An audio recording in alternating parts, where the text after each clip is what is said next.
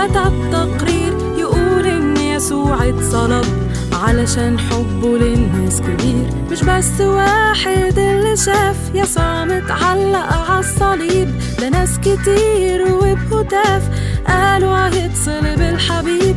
مش بس واحد اللي شاف يسوع متعلق عالصليب، ده ناس كتير وبهتاف قالوا هيتصلب الحبيب.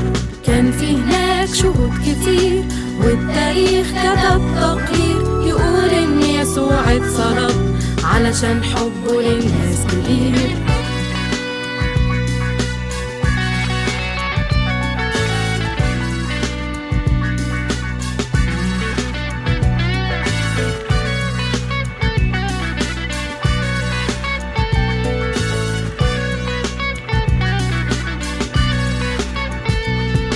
يسوع مش بس اتصلب لكنه قام والناس شافوه، وكله موجود في الكتب والقبر يثبت اللي قالوه. يسوع مش بس اتصلب لكنه قام والناس شافوه، وكله موجود في الكتب والقبر يثبت اللي قالوه.